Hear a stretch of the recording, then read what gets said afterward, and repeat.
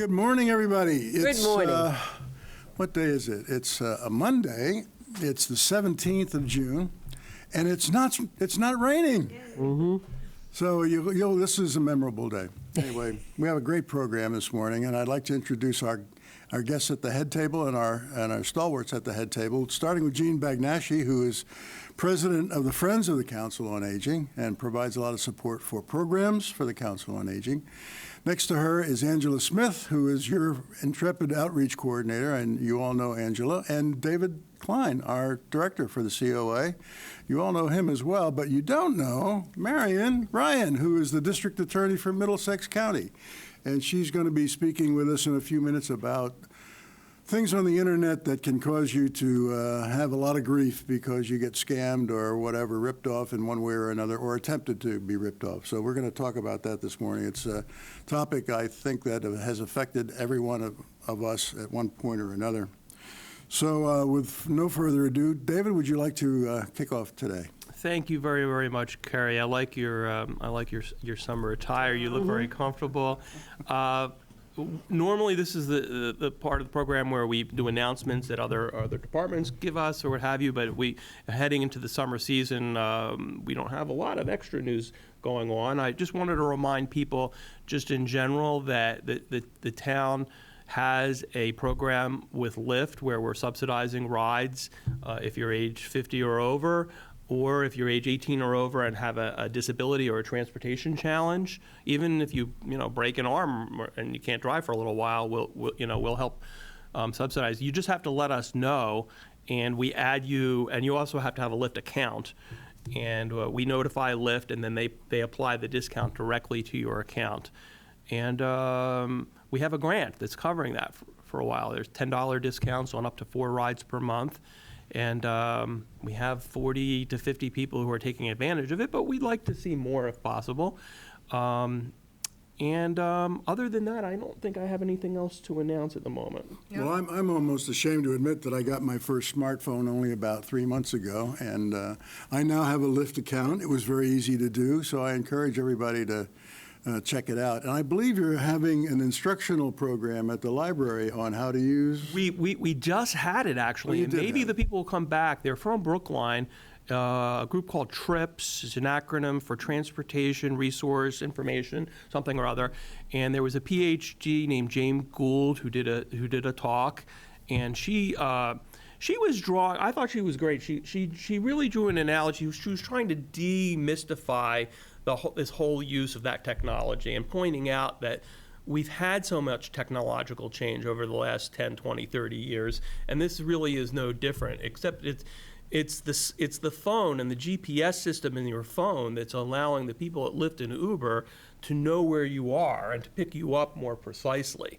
And so it's a variation on taking a taxi cab, and that doesn't mean you don't have to be careful. You want, if you're taking a Lyft or Uber ride, when that ride arrives, you want to say to them, who are you picking up? You just don't want to say, are you my Lyft or Uber driver? Because you want to know that they're picking up, that they know your name and you know their license plate. So there's, just like anything else, I think D.A. Ryan will talk about being careful. But just to be clear, you don't need a PhD in order to set up a Lyft account. It really helps, right? though. I mean, it really helps. A master's helps. Exactly. But if we do have a number of volunteers that will help, so if you want help setting up the account or using your cell phone or using a computer or you're having computer issues, we do have volunteers that will help you with that. And they'll come to your house and make everything good. So that's what we're working on. But aside from that, Kerry, the world is your oyster right now. Very good. Well, can we talk about scamming on the internet for a bit?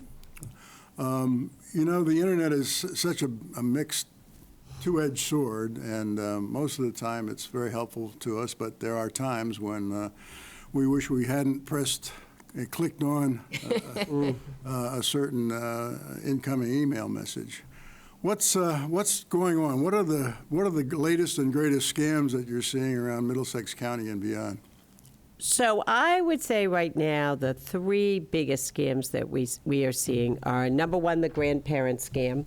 That is a scam that is literally costing people thousands and thousands of dollars. And it really comes in two forms. The first is when you have a younger grandchild and you get some kind of a message that your younger grandchild is in a swimming competition or playing baseball this afternoon or something.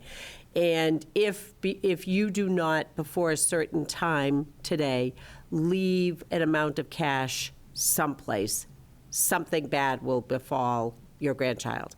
And you are very clearly instructed not to reach out to the police, not to reach out to the child's parents. And, you know, I find this scheme probably the most offensive because it just tugs at people's heartstrings. It takes advantage of what every one of us would do. It's your grandchild, you're afraid, you don't want to take any chances. And it's hard to convince people that the first thing you should do is call the police because there really is not going to be any danger to your grandchild. But we do have people leaving money all over the place, and substantial amounts of money. And then, of course, finding out that nothing's happened. And the second variation, which is usually when you have older grandchildren, is you get a message that says that your grandchild, who might be somewhere in New York City or something, has been stopped by the police for something. And it's usually something that's believable. So you'll get a message that your granddaughter, who's in New York City, has been stopped for texting while driving. Nothing terrible, but something everybody can imagine that something's happened. And the first call you get is usually from the person who purports to be their lawyer, who says they're about to be arraigned, and obviously you're not going to want them held in jail, so they're trying to arrange bail money. And you'll be asked for a certain amount of money. When you send off, and you get very precise instructions about how to go off and send that money, and if you raise a question, they will often pass you off the phone off to someone who says they're the chief of police or the lieutenant, who tells you a little bit about what happened. Sometimes people press and want to speak to their grandchild, so you'll get a person on the phone.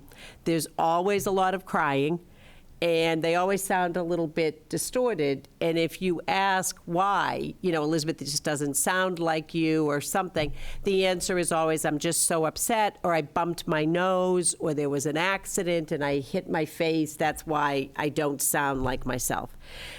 What typically happens is you send off that bail money. The next phone call a few hours later is, thank you for the bail money. Now, for instance, your grandchild can't return to campus where they're in school, so we're going to need to put them in a hotel. Could you send a little bit more money for that? So there's the next set of money. The third call is often, well, we're going to need to get some witnesses for trial. Can you send some more money? We have people who are sending in excess of $100,000 over time.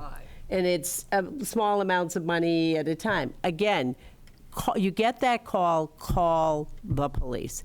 And what is common to both of those that people don't realize is, if you were to get a phone call, for instance, that said your granddaughter has been stopped in New York City, and you only have grandsons, you would hang up, or you would delete that message. They have enough information that it is believable. They will have, for instance, your grandchild's first name. They will say that the event happened in a place where you have a grandchild. So then the question is, how do they get that information? A lot of that comes from the internet as well. You know, the Facebook postings that people have put out. When somebody gets accepted to college and they're wearing happily the sweatshirt of the place they're going, and Grammy, I'm so happy. Really, it's pretty easy for somebody to hack into that and figure out who those people are. And a lot of it also comes from just conversation. You know, these folks that are doing this is their job, and they're very good at it. So they can spend a lot of time striking up conversations. It's always our theory that it happens a lot in the settings where people tend to spend time. You know, a medical facility at the hospital, you're waiting. And as we're all wont to do, you strike up a conversation with the person who's waiting next to you. Be wary of someone who's asking too many details. It's fine to say, my granddaughter's graduating from college. You really don't need to tell this stranger what your granddaughter's name is and what school they're graduating from. Be careful when you're doing things like making appointments. So you may be making an appointment and you're offered an appointment on June 29th. And you're talking with the nice person making that appointment about how your granddaughter Julia is getting married on that day and you'll all be flying to Georgia. Well, not only that person hears you, but the other folks in the waiting area are hearing about that. So a lot of that information gets exchanged without our ever really knowing it. The other thing is when we talk to people who've been the victim of these scams, often shortly before they were scammed, they get a phone call. And the phone call will purport to be from John Smith. I know you don't remember me, but I grew up in the neighborhood. I'm trying to reach your son that I played baseball with. Well, you volunteer. Are you looking for Michael or Tommy? Oh, Michael. Oh, well, he doesn't live here anymore. He's moved over to Bedford, and he has 8-year-olds. And before you know it, you've given out a lot of information. And it's that information that comes back to you in the email message or the phone call that makes you believe they actually have your grandchild or know where your grandchild is. So that's one enormous piece. The other is, and there's sort of a variation of these internet messages that you get, either you owe back taxes, maybe you've missed jury duty. You had jury duty May 1st and you didn't show up and you need to pay. Any number of things that are obligations on your part.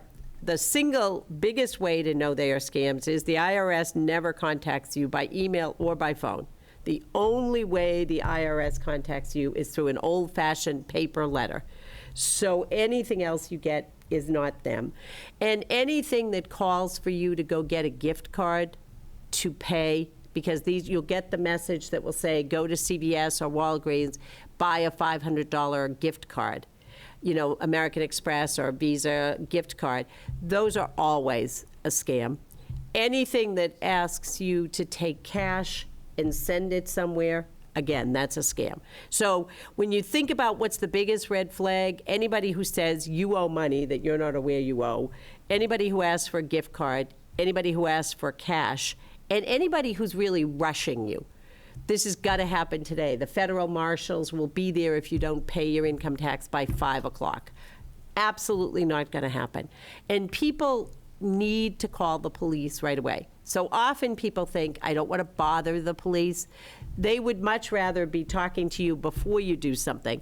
Because even in the best case where we investigate this afterwards, we identify the perpetrator, we prosecute them, the odds of our getting your money back are minimal because the money's frequently just been sent out of the country. They're very clever about you send the money to a post office box in Texas, it goes to a post office box in California, and then it leaves the country. And we're just chasing that trail. The other piece is very often people will make a first payment. They get that grandchild call, they make the first payment, and then they're embarrassed after they've done it. They don't want the police to think they were foolish. They don't want their adult children to think mom or dad shouldn't be living alone anymore or they should take over the finances. Anybody can be victimized by these things. It's their business. They are good. Just the same way we've all bought something because we watch the advertising and then it turns out that it doesn't make you look 50 years younger or it doesn't take off 100 pounds. We have all done that. There's no more shame in having fallen for one of these. So people, even if they've already sent some money, what we try to do is minimize the damage. Reach out to the police, reach out to the Council on Aging, and we'll try to intervene for that. I've never spent much time on Facebook for that reason, Right. primarily.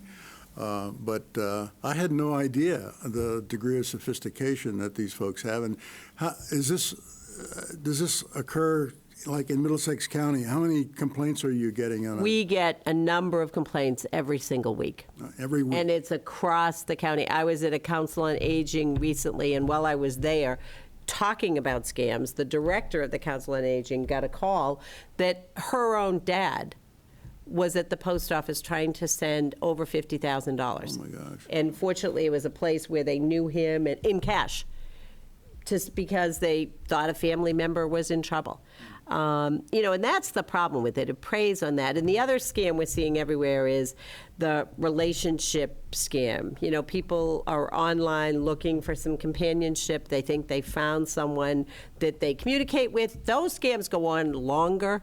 You start to set up some relationship. You think you've found a friend. You're talking back and forth. And then suddenly the other person wants to come visit. They want you to send money for a plane ticket, or they need to clear up some issues before they can come. Could you help them by helping them pay off their rent or pay something off before they come? And again, those become just black holes. It's once you start sending the money, it's money after money that goes on often for a very, very long time. So when in doubt, call the police. They will be happy to come and hear about it. And the other piece is, when these calls happen, they tend to happen in clusters. So you're really doing a service to other people, even if you don't send the money. You get that call that's the grandparent trick call or something. Call the police, just because the police are good.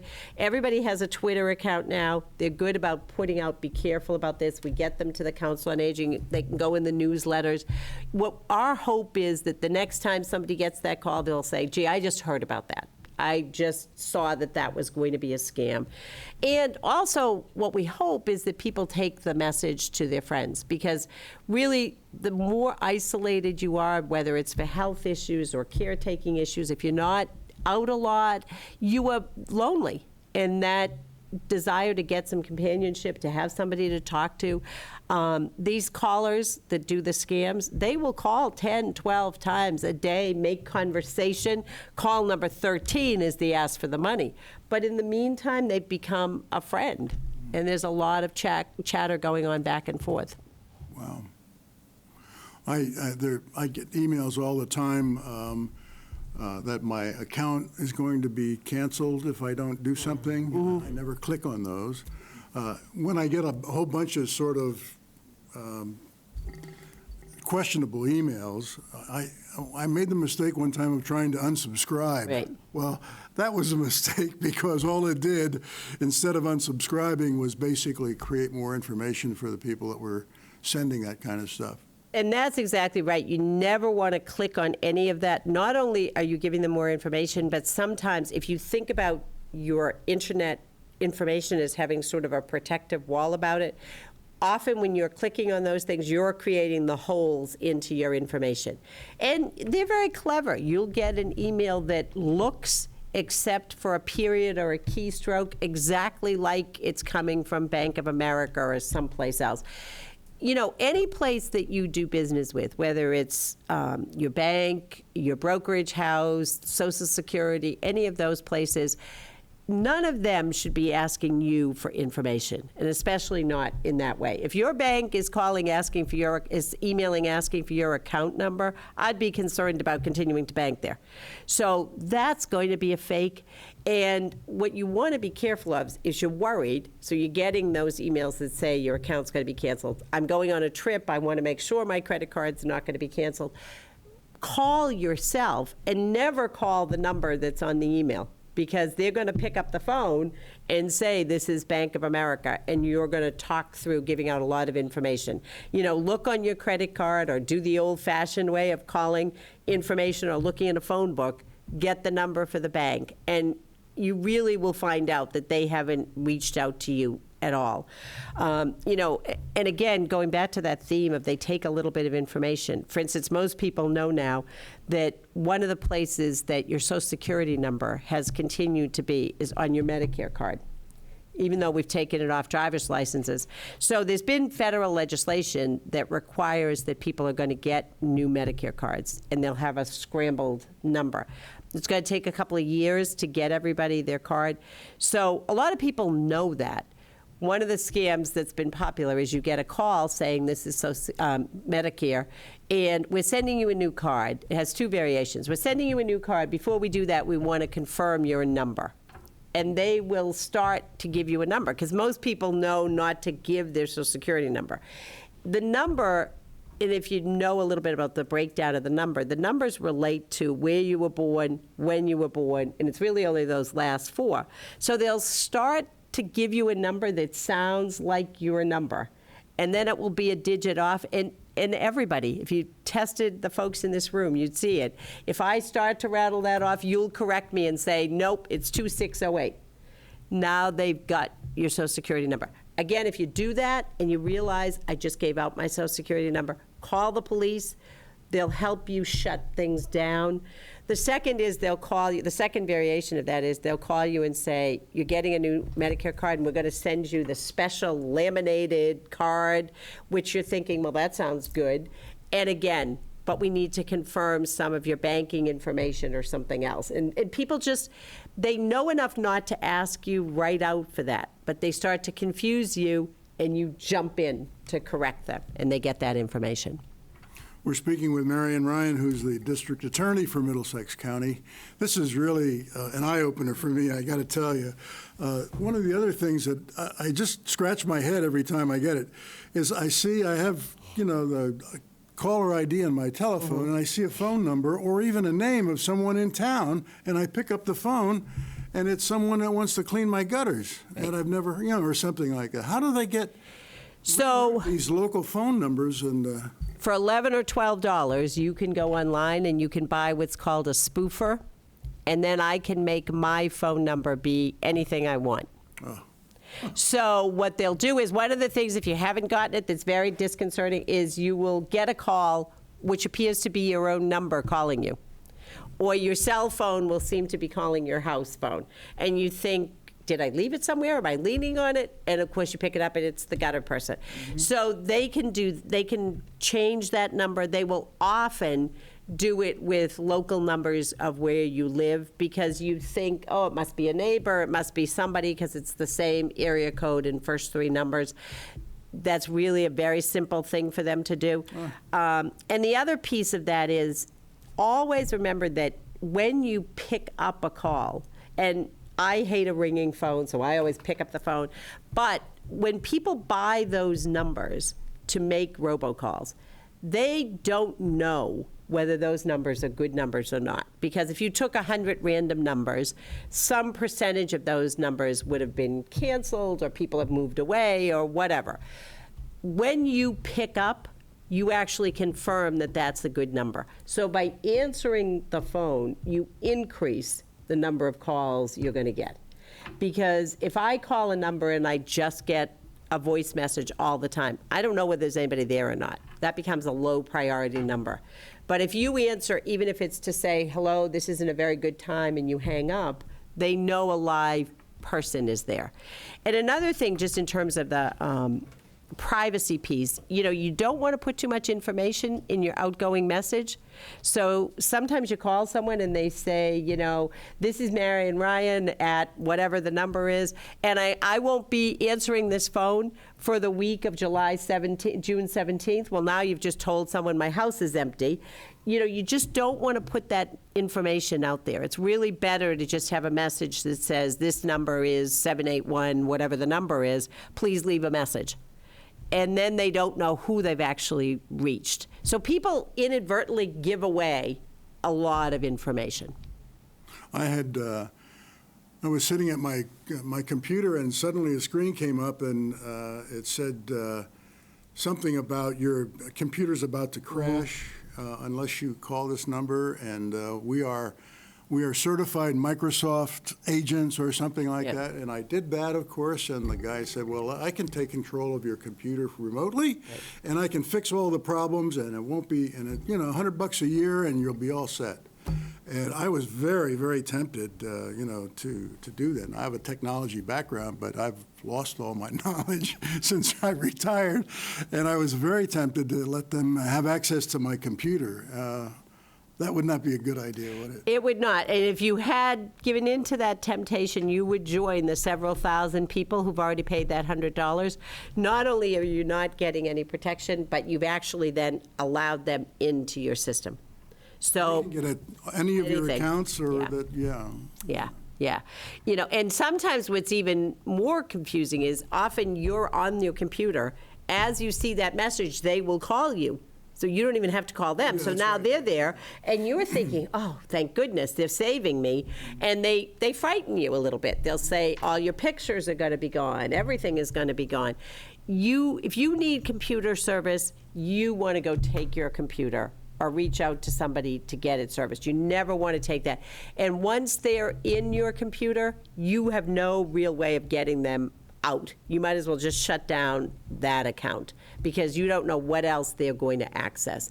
So that's a very dangerous and very tempting scam that's out there. Well, they are very sophisticated. I reported it to Microsoft. I gave them as much information as I could find. And they then called back and said, we think that we apologize for any inconvenience, and then they tried to sell me more services. I mean, it's this whole The circle. crazy loop. Yeah. Yeah. Any of you had any? We've had somebody in town. It was more the second example that you were giving of the forming of the relationship. We had somebody in town a few years back who was in an ongoing relationship with somebody from Africa. Was it? Well, they didn't know they were from Africa, but that's where the police eventually traced it. And we were giving them financial assistance for a variety of things. It was frustrating that at the same time they were transferring money out. Right. Chief Fisher, he was very unhappy with that, as I recall. Yeah. And it's very hard because we will have cases where, for instance, we do a lot of work with bank tellers. So the bank tellers are often the people who will intercept. Somebody comes in and they're asking for a lot of cash, which is unlike their usual practice. And, there's a very fine line between it's your money and you're entitled to do what you want with it, and we want to try to protect you. So the bank tellers are often very good about trying to intervene and saying, are you going on a trip? Would it be easier if I gave you a check? That sort of thing. And we've had those circumstances where it becomes clear that someone is sending it off to a scam. The police will come over, they talk to them, and the person insists on sending the money anyway. But at least we want to try to dissuade them from doing that, because they have become friends and they will not be dissuaded from the friendship they have with that person they're sending the money to. Yeah, and something else that you said, Kerry, rang true with me, which is on Facebook, I know people who have divorced themselves from Facebook, and that's fine, I respect that. For me, it's a connectivity to people that I ordinarily wouldn't have the ability to connect with. They might be in California or they might be in France. It's really kind of remarkable, to keep up that friendship that you thought you had lost from 20 years before or what have you. But on the other hand, people want to friend you, or at least that happens with me, that I don't know who they are. And it's like, wow, why would I want to do that? It's different if it's a business network like LinkedIn. LinkedIn, it's like, okay, I want to connect with you professionally, and I don't know about other people, but I go online and I see who they are and I try to see and I decide whether I want to connect with them. But in that situation, all I'm doing is it's a business network. But on Facebook, there's so much of your own information that can be taken or interpreted. Well, and you share other information. So, your daughter-in-law sends you pictures of the grandchildren or what they're up to. If you get too many people in there, too many people are seeing that information. And the other thing that people forget sometimes is you may have set your settings in the beginning at private. First of all, they sometimes default back. So that's not a lifetime guarantee. That's something you always want to be checking back to. And you can, under certain circumstances, if you are connecting with the wrong people, they can penetrate and unset your settings. So you need to always, every once in a while, just like you check your smoke detectors or something, you want to be checking, what are my settings, who am I allowing to see where I am. You also want to be careful about the things, and this happens a lot during the summer when people are traveling, how much you're sharing locations. So I think one of the scariest things is if you take your phone or your computer and you go to Google and you type in a location. So for instance, if you went on Google right now and you typed in Fenway Park, you would see the pictures of people who are actually right now at Fenway Park who have their location settings open. So I could, suppose I'm someone who means harm to children. I could go on Google, get to Fenway Park. If I was at, I could be at Fenway Park, I could be anywhere, and I would see what children are physically there right now. It is, when you do it, it's terrifying to see how many people you can see. If you Googled Ferns or someplace right now, you could actually see who's sitting at Ferns, who has their locations opened. So, the internet is great. It's a wonderful way to communicate. You just have to be careful and continually monitor who you're sharing with. People get relaxed about sharing information there. Right. Well, I think, the message is that you're in charge. You can shut anything down at any time, and don't be afraid to do it, right? Don't be afraid to deny access. It's not going to hurt you to deny access. And don't be afraid to ask for help if you're confused about what you've done or you're nervous about somebody who's approached you. Right, and some of one of your points before, about Bank of America, it'll appear to be an email from them. It's very true. The emails that come they're cut and pasting the icons of these corporations, and they can look very real. But if your vendors that you deal with say we're not going to contact you proactively to ask for money, that's what they mean. So if somebody is purporting to be them and that's doing that, it's probably best to check back with them directly. I mean, a good rule of thumb is if you didn't initiate the transaction, you should be pretty loath to either give money or give your credit card. Obviously, you go on to order something at LL Bean and you're giving your credit card and whatever. Not that any of those places haven't been hacked as well, but you're probably pretty safe. You get the email that says, bonus, use your credit card right now, and for $9.95 you can get this wonderful thing. The odds that that's going to go badly are pretty high. I have a niece whose mom died of cancer, and she runs in Cancer Run for behalf of her mom every year, and always wants a donation. And I always hesitate. I think, is this site valid? Is it legitimate? I always pick up the phone and call her. Teresa, are you running again for your mom? Yeah, I am. And there the site is, and she sends you another link to the site. So there are ways that you can take a little extra precautions if you have any doubts. Now, we've sort of narrowed the focus, Marian, to just this scam issue, but your office has a much broader scope than just this, and I know there's a lot of information on the internet about your office and the services that you offer also. Could you talk about those just briefly? Sure. And, one of the things, I think we all fear these anonymous people coming on the internet and taking our money or information.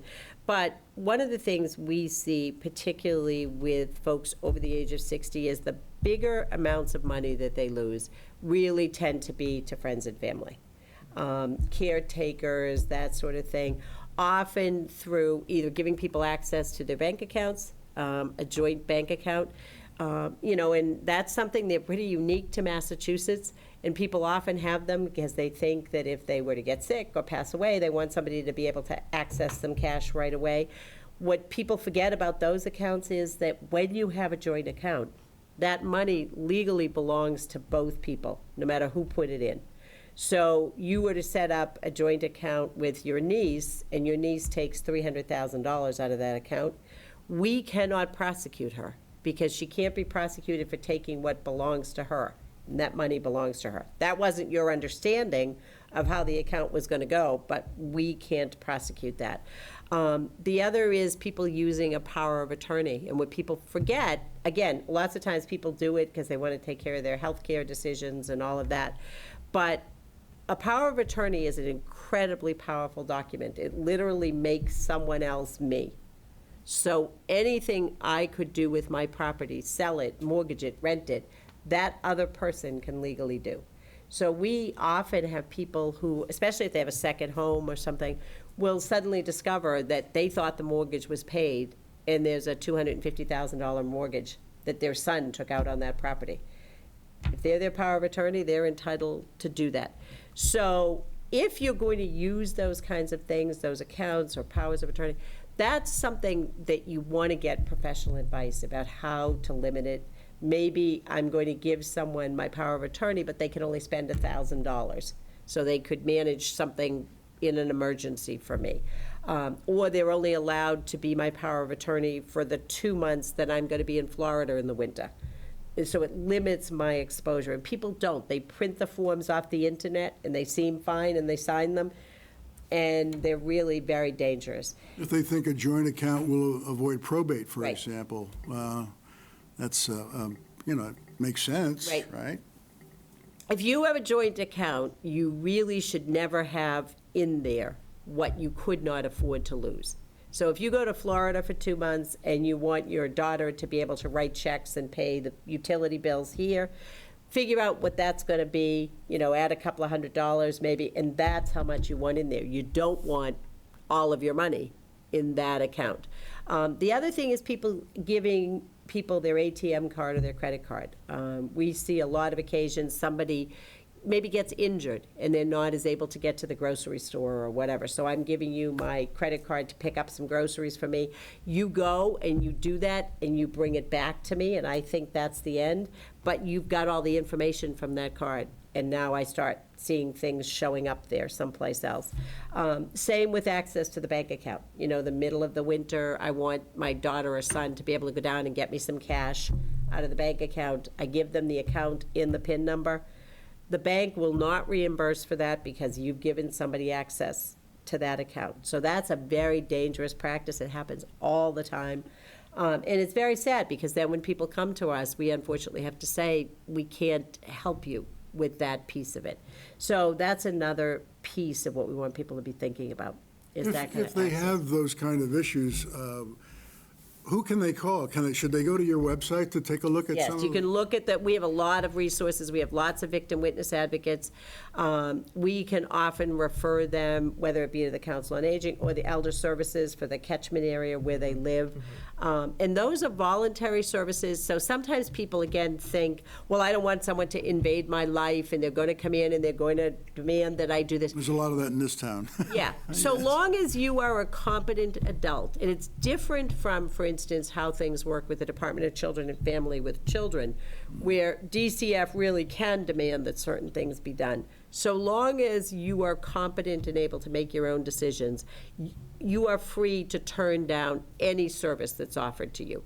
So you may want, for instance, you're having a vision problem, you may want someone to help you actually sign your checks, but you don't want them to know anything else about your finances. Well, you're perfectly able to select from that kind of menu of services. So you can certainly go online to our office, middlesexda.org, or the local police department. We'll make those connections to folks.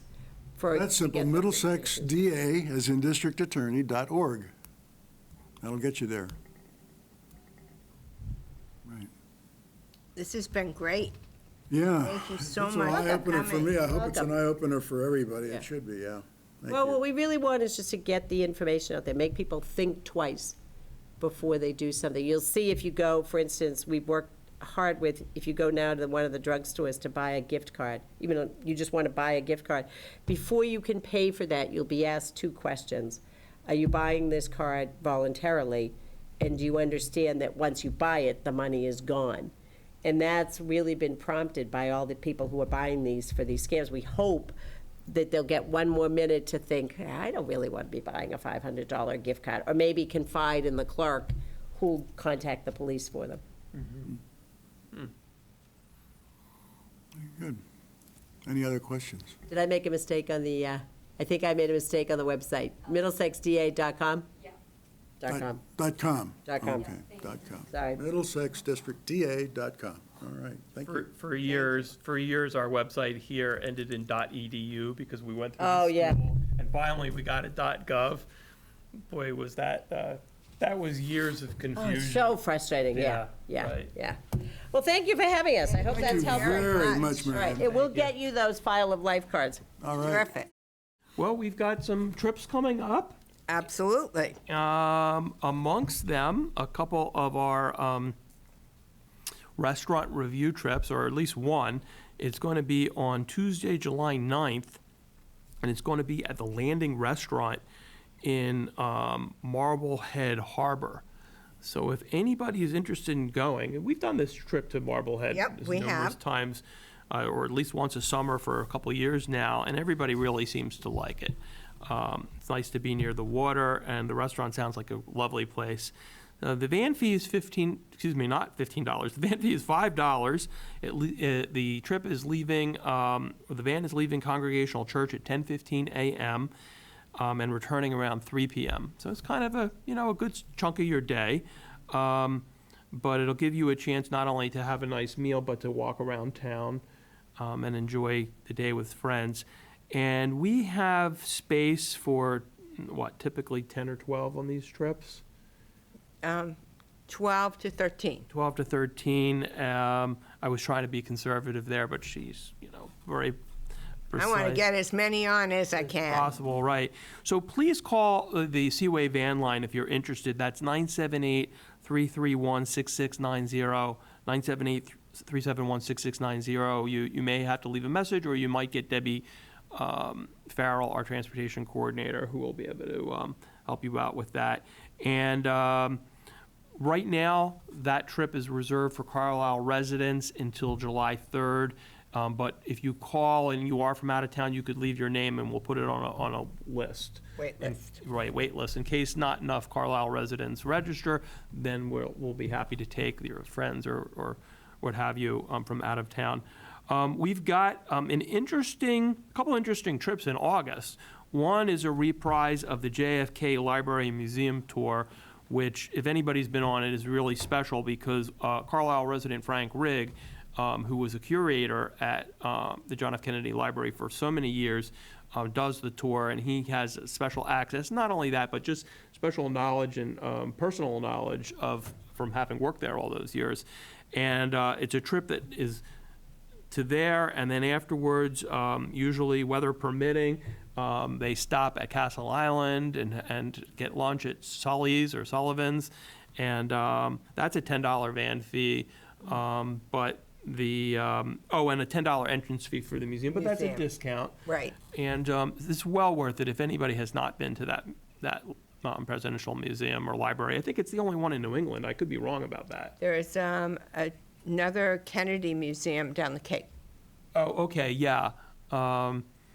But in terms of main presidential libraries, There's nothing like it with Frank Rigg giving a inside scoop. That's right.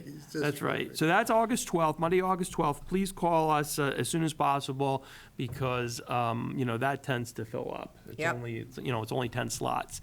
And then we also have another thing that is a workshop tour right here in Carlisle at a place called We Forest Folk in Carlisle.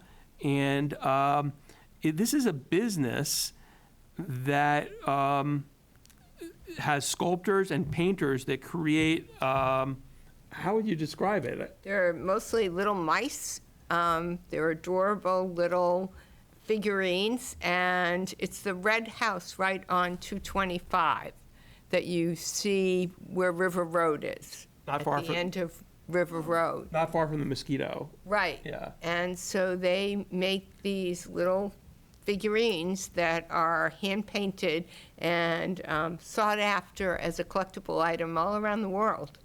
So they don't do many tours except on the summer, and only a few people at a time. I think 6 is the maximum. 6 is the limit, yeah. And so who knew, a tour right here in Carlisle. And we do tend to have that when involving farms like Clark Farm, but usually you'll have to go outside of Carlisle to do a tour. So they're going to do the tour up to 6 people, as Angela said, Carlisle residents only at the moment. And after the tour, we intend to have the troupe go over to Ken's New York Deli and Pizza in Bedford for lunch. So a van fee of only $2, and is there a tour fee? I don't see a tour fee. No, it's free. It's free. But they do so few tours, and we got the last one for the whole summer. Oh, wow. And they only do them during the summer? Right. Okay. What's the name of the company again? We Forest Folk. We, W-E-E, Forest Folk. Cool. Yeah. Who knew? Who knew, exactly.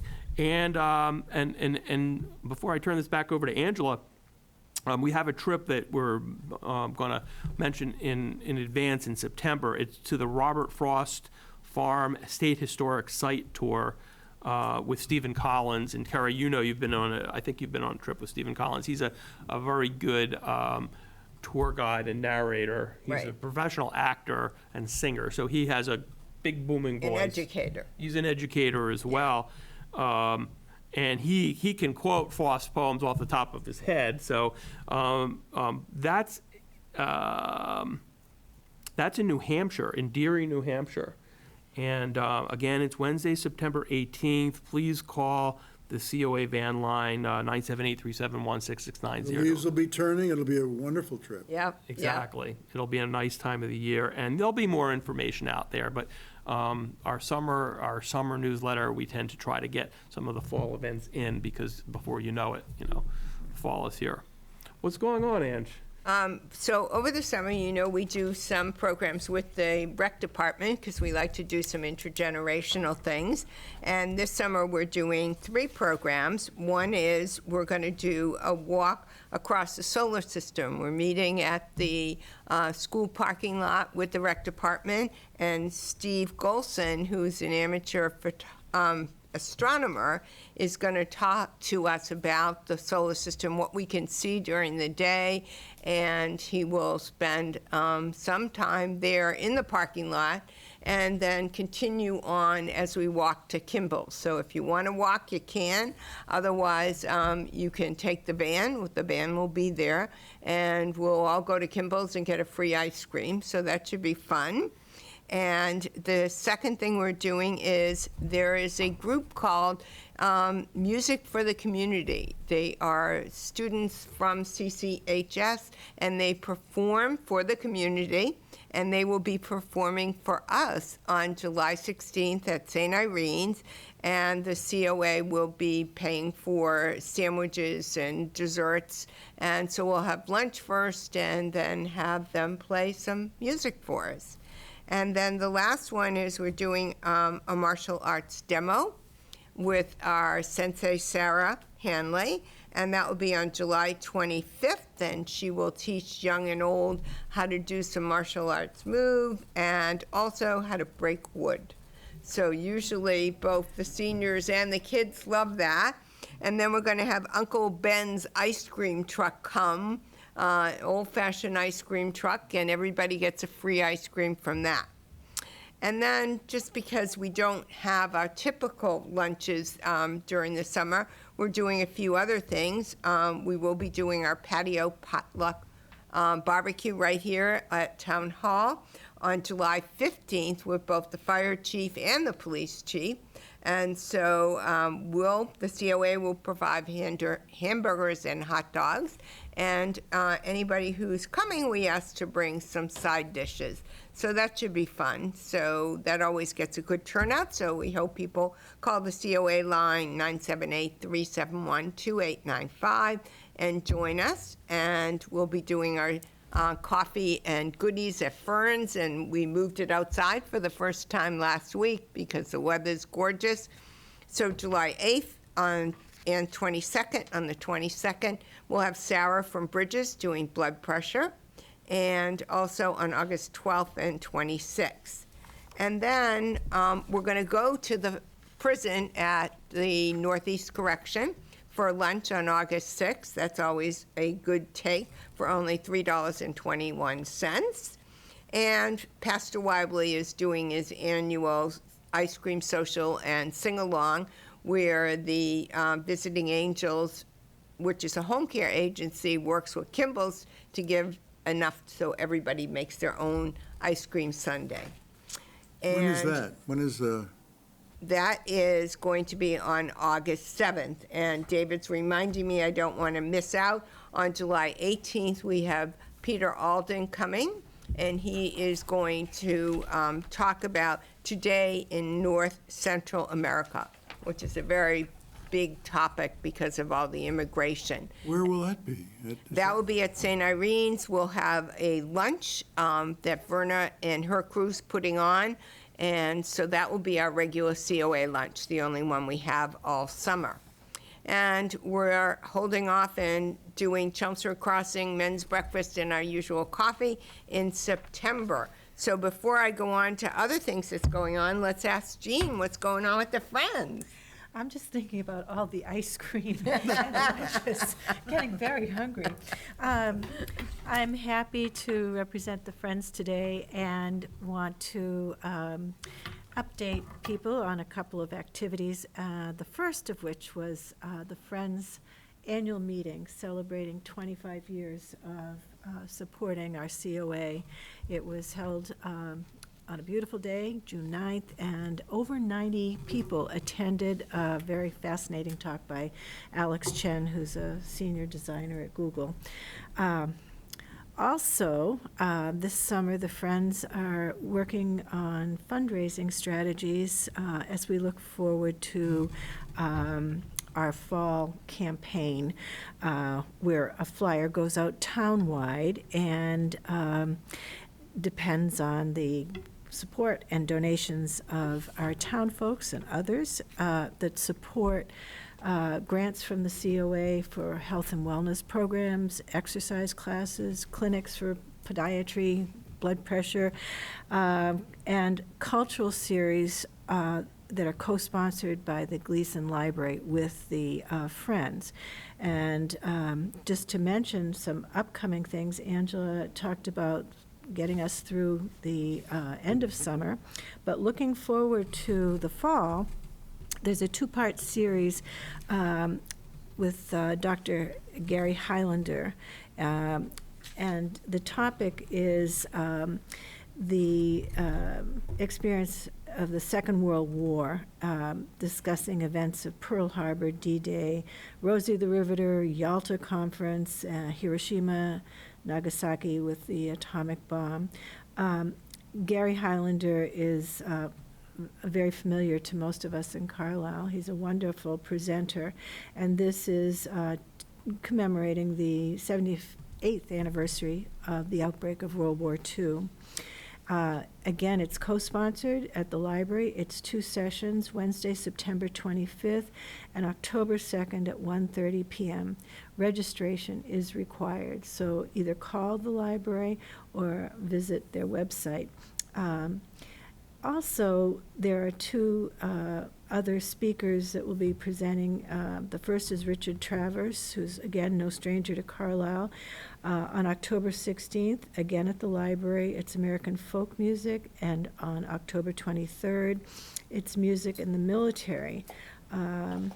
Then in late October, there are 2 religion topics of discussion with Jason Giannetti, who is also well known to us. The first is Religion and Myths, and on the 30th of October, and on November 6th, it's Religion and Myths Part 2. So I encourage people to register for those events and keep them on the calendar and enjoy the talks. So I'd just like to end with the reminder that while our Friends fundraising kicks off in the fall, we are happy to accept donations anytime. And those will be welcome at Friends of the Carlisle Council on Aging, Box 38, Carlisle, Mass. So keep in mind that your donations support all of the wonderful programming that the COA provides to not just our seniors, but to other citizens in town. So that's it from the Friends. Gene, I think it's interesting that the fundraising has been successful over the years, and it has sort of been at a level, and with slight increases year to year, and very helpful to support the programs and subsidize some of the luncheons and provide home heating oil assistance and food assistance to seniors. But it's one thing just occurred to me.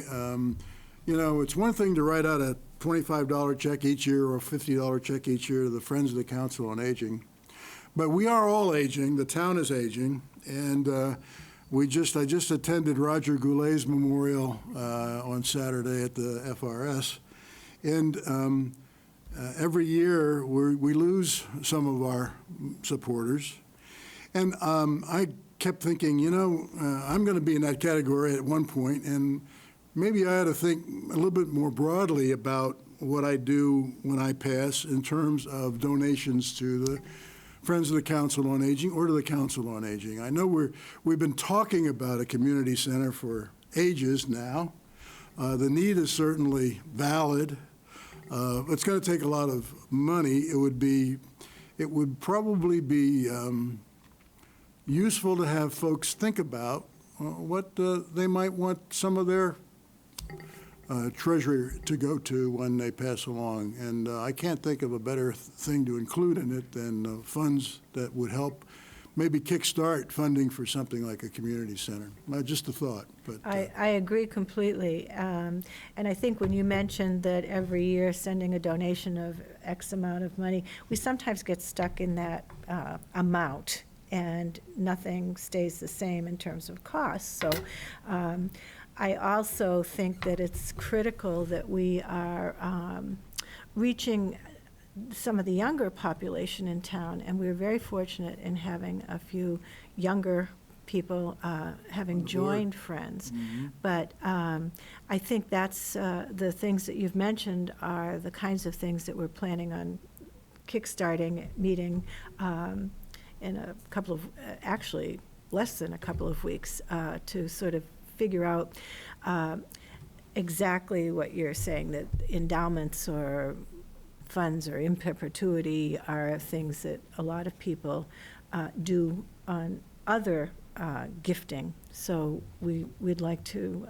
explore how to make the public aware that would be. well, those kinds of contributions in the past have funded the Polara Fund, have funded the the Milliken Fund, have funded the purchase of the SUV.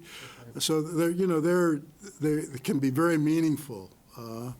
They're sort of a one-time thing, but they can be a very meaningful thing to the future. So on your note about the community center, interestingly enough, we are working with an architect on a feasibility study, and it's had its fits and starts, honestly, but they have come up with some preliminary drawings, diagrammic, conceptual drawings on what the building could look like on the Goff Mosley property, and then there's two variations that use different sections of, a little bit of sections of Banta too, and juxtaposing, a moving of a ball field or what have you, to show what could be. And the building itself is substantial, because what happens is, if it were a senior center, we kind of know what our requirements are, or at least we think we know what our requirements are, what we'd like to have. But when you involve the other people in town, whether it's recreation or whomever, even Board of Health, because the Board of Health is interested in emergency shelters and that type of thing, then the building gets bigger. It's like having a bigger family, and everybody wants their different things. So anyway, we've got some drawings, and we hope to be able to actually show them at a Hold Home Day, but we'll see. We'll see whether that's available, but soon enough they'll become available.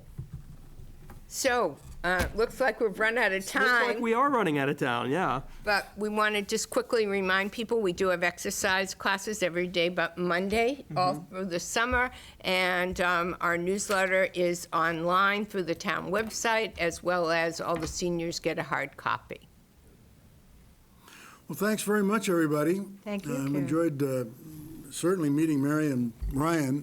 That was a real eye-opener for me, and I hope there's some useful information for everybody in her message. See you next month. Thanks, Kerry. Great you. job. Thank you.